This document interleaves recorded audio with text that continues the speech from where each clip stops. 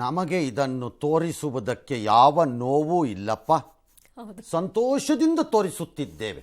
ಇವತ್ತಿನ ಅಯೋಧ್ಯ ವರದಿ. ಶ್ರೀರಾಮನ ಮಂದಿರ ನಿರ್ಮಾಣ ಆಗ್ತಾ ಇದೆ. ಭವ್ಯ ಮಂದಿರ ನಿರ್ಮಾಣದ ಕಾರ್ಯ ಭರದಿಂದ ಸಾಗಿದೆ. ಇನ್ನೇನು ಕೆಲವೇ ದಿನಗಳಲ್ಲಿ ಉದ್ಘಾಟನೆ ಕೂಡ ಆಗುತ್ತೆ. ಇದಕ್ಕೆ ಪೂರಕ ಅನ್ನುವಂತೆ ಅಯೋಧ್ಯೆಯಲ್ಲಿ ಸಾಕಷ್ಟು ಕೆಲಸಗಳು ನಡೀತಾ ಇದ್ದಾವೆ. ಶ್ರೀರಾಮನ ಮಂದಿರದಲ್ಲಿ ಸಂಪೂರ್ಣ ರಾಮಾಯಣವನ್ನು ತಿಳಿಸುವಂತಹ ಕೆಲಸವನ್ನು ಕೂಡ ಮಾಡಲಾಗುತ್ತೆ.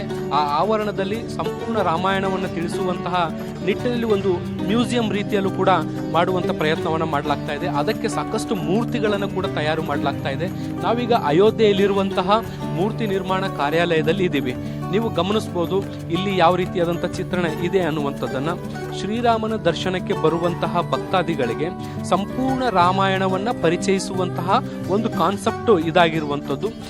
ಶ್ರೀರಾಮನ ಜೀವನದಲ್ಲಿ ಯಾವೆಲ್ಲ ಮಹತ್ವದ ಘಟ್ಟಗಳಿದಾವೆ ಅವುಗಳನ್ನು ಒಂದು ಟ್ಯಾಬ್ಲೋ ಅಥವಾ ಸ್ತಬ್ಧ ಚಿತ್ರದ ರೀತಿಯಲ್ಲಿ ತೋರಿಸುವಂಥ ಕೆಲಸ ಅಥವಾ ಜನರಿಗೆ ಸುಲಭವಾಗಿ ಅವರಿಗೆ ಅರ್ಥೈಸುವಂಥ ಪ್ರಯತ್ನದ ಭಾಗವಾಗಿ ಈ ಮೂರ್ತಿಗಳನ್ನು ಮಾಡಲಾಗಿದೆ.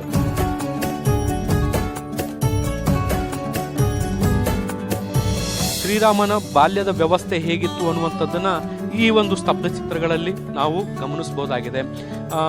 ಇದರ ಜೊತೆಗೆ ಮುಂದಿನ ಹಂತದಲ್ಲಿ ಶ್ರೀರಾಮಚಂದ್ರರು ತೊಟ್ಟಿಲಲ್ಲಿ ಇರುವಂತಹ ಒಂದು ದೃಶ್ಯವನ್ನ ಈ ಒಂದು ಟ್ಯಾಬ್ಲೋ ಮೂಲಕ ಪ್ರತಿಬಿಂಬಿಸುವಂಥ ಕೆಲಸವನ್ನ ಮಾಡಲಾಗ್ತಾ ಇರುವಂಥದ್ದು. ಮತ್ತೆ ಬೇರೆ ಬೇರೆ ಹಂತಗಳಲ್ಲಿ ಶ್ರೀರಾಮಚಂದ್ರರ ಬದುಕಲ್ಲಿ ಏನೆಲ್ಲ ಗತಿಸಿದವು ಅನ್ನುವಂಥದ್ದನ್ನ ತೋರಿಸುವಂಥ ಕೆಲಸವನ್ನ ಅಚ್ಚುಕಟ್ಟಾಗಿ ಮಾಡ್ತಾ ಹೋಗ್ತಾ ಇರುವಂಥದ್ದು. ಒಂದು ಅರ್ಥದಲ್ಲಿ ಹೇಳೋದಾದ್ರೆ ಈ ಎಲ್ಲ ಸ್ತಬ್ಧ ಚಿತ್ರಗಳು ಅಂದ್ರೆ ನಾವು ಇದನ್ನ ಸಿಮೆಂಟ್ ಇಂದ ಮಾಡಿರುವಂತಹ ಮೂರ್ತಿಗಳನ್ನು ಏನು ನೋಡ್ತಾ ಇದ್ದೀವಿ, ಈ ಮೂರ್ತಿಗಳು ಈಗಾಗಲೇ ಎಲ್ಲವೂ ಕೂಡ ತಯಾರಾಗಿರುವಂಥದ್ದು. ಇವುಗಳನ್ನ ಈಗ ಪೇಂಟಿಂಗ್ ಬಾಕಿ ಉಳ್ಕೊಂಡಿದೆ.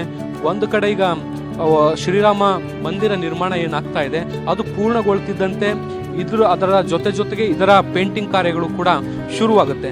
ಒನ್ಸ್ ಪೇಂಟಿಂಗ್ ಕಾರ್ಯಗಳು ಶುರುವಾದ ಬಳಿಕ ಇವೆಲ್ಲವೂ ಕೂಡ ಪೇಂಟ್ ಆದ ಬಳಿಕ ಇವುಗಳನ್ನ ವ್ಯವಸ್ಥಿತವಾಗಿ ಶ್ರೀರಾಮ ಮಂದಿರ ಏನಿದೆ ಅದರ ಆವರಣದಲ್ಲಿರುವಂತಹ ಒಂದು ಮ್ಯೂಸಿಯಂನಲ್ಲಿ ಇಡಲಾಗುತ್ತೆ ಅನ್ನುವಂತಹ ಮಾಹಿತಿಗಳು ಕೂಡ ಸದ್ಯಕ್ಕಿರುವಂಥದ್ದು.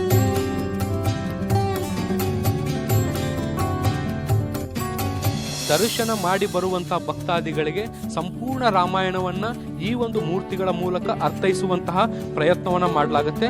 ಆ ಮೂಲಕ ಶ್ರೀರಾಮಚಂದ್ರರ ಬದುಕಲ್ಲಿ ಏನೆಲ್ಲ ಘಟನೆಗಳು ನಡೆದವು, ಯಾವ ರೀತಿಯಾಗಿ ಅವರ ಪರಿಸ್ಥಿತಿ ಇತ್ತು, ಅವರು ಯಾವ ರೀತಿಯಾದಂತಹ ಕಷ್ಟದ ಸಂದರ್ಭಗಳನ್ನ ಎದುರಿಸಿದ್ರು, ಅದಾದ ಬಳಿಕ ಅಯೋಧ್ಯೆಯಲ್ಲಿ ಪಟ್ಟಾಭಿಷೇಕ ಹೇಗಾಯ್ತು ಅನ್ನುವಂಥದ್ದನ್ನ ಸಂಪೂರ್ಣವಾಗಿ ತಿಳಿಸಿಕೊಡುವಂತ ಕೆಲಸ ಮಾಡಲಾಗ್ತಾ ಇರುವಂಥದ್ದು.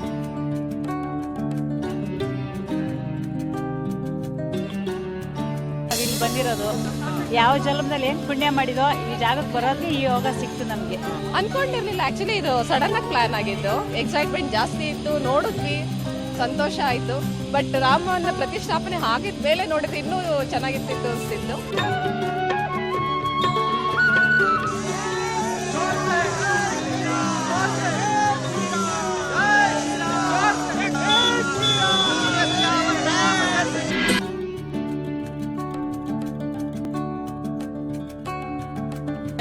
ಅಯೋಧ್ಯ ಅನ್ನೋದು ಹಿಂದೂ ಧರ್ಮಕ್ಕೆ ನಮ್ಮ ಹೆಮ್ಮೆ. ಇದು ನಡೀತಾ ಇದೆ ಕೆಲಸ, ತುಂಬ ಚೆನ್ನಾಗಿ ನಡೀತಾ ಇದೆ, ಖುಷಿ ಆಗ್ತಾ ಇದೆ.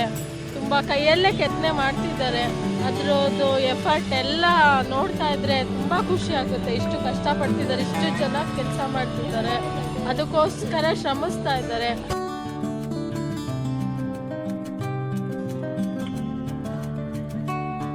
ಸುಮಾರು ಒಂದು 10 ರಿಂದ 15 ನಿಮಿಷಗಳ ಕಾಲ ಇಡೀ ಒಂದು ಮ್ಯೂಸಿಯಂ ಅನ್ನು ಓಡಾಡಿದಂಥ ಸಂದರ್ಭದಲ್ಲಿ ಶ್ರೀರಾಮಚಂದ್ರರ ಬದುಕಲ್ಲಿ ಏನಾಯ್ತು ಅನ್ನುವಂಥದ್ದನ್ನು ಸಂಪೂರ್ಣವಾಗಿ ಅರ್ಥ ಮಾಡ್ಕೊಳ್ಬಹುದಾಗಿದೆ.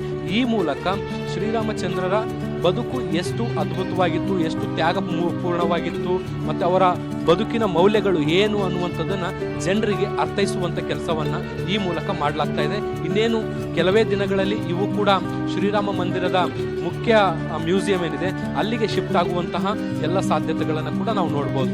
ಕ್ಯಾಮ್ರಾ ಪರ್ಸನ್ ಜಿತೇಂದ್ರ ಕುಮಾರ್ ಜೊತೆ ಶಬೀರ್ ನಿಡುಗುಂದಿ, ಪಬ್ಲಿಕ್ ಟಿವಿ, ಅಯೋಧ್ಯೆ.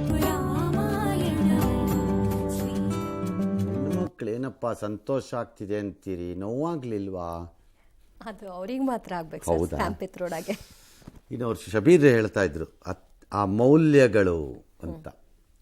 ಅದನ್ನು ಅಲ್ಲಿಗೆ ಹೋಗುವವರೆಲ್ಲರೂ ಹೋಗದಿರುವವರೆಲ್ಲರೂ ಆ ಮೌಲ್ಯಗಳನ್ನು ಅಳವಡಿಸ್ಕೊಂಡ್ರೆ ನಮ್ಮ ರಾಜಕಾರಣ ಧನ್ಯವಾಗುತ್ತೆ ಅಷ್ಟೆ.